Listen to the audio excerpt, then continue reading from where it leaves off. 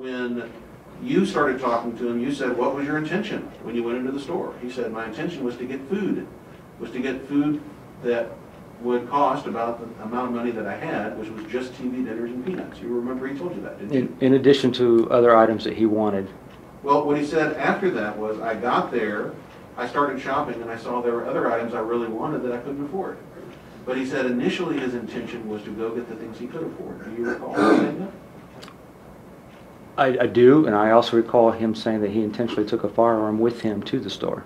Well, you know, I didn't ask you that question. I appreciate you volunteering that, but I didn't ask you that question. The question I asked was, do you recall that he told you he initially went in to buy the items he could afford? That's what he told you. Again, I'd have to look at the transcript. All right, fair enough.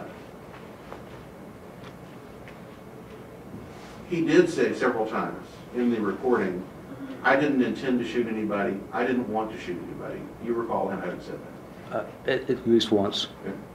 Okay. He also said he didn't want to be in custody, right? He did. He said his intention was to escape from Walmart at one point. Is that right?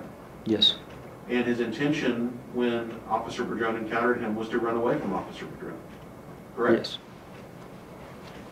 Yes. Other things that he said that don't exactly match the evidence at all, in fact. What he indicated was, you asked him this several times, how many times did you shoot the gun? I only fired the gun one time. He did. He was really very clear about it. I only fired the gun one time. He was. Said that several times, is that correct? He did. He believed he had actually shot Officer Padron in the face, and we know that's not accurate, right? Anatomically, no. Do you recall that he was inconsistent in what he told you about his Xanax use? On that particular day, Yes. he stated that he had taken 4 bars. At one point he stated that he had taken 2 bars in the morning, 2 bars in the afternoon, Right. and I believe at another point he indicated that he had taken the 4 bars. Another point, I'm sorry, I didn't hear what you said. That he had taken the 4 bars, All at once, from what I remember. right? And there was some discussion about how long he had been using the Xanax for. One time, I think what he said was, I'd do it every 3 weeks. Then one time he said, I do it 1 to 3 times per week. You recall there were those various different versions of how often he was using stuff. It did vary, yes. Mr. Daniel consistently said that he knew the person he shot was an Austin police officer, is that correct? Without question. And that was from his first observation in the aisle of the Walmart. Yes.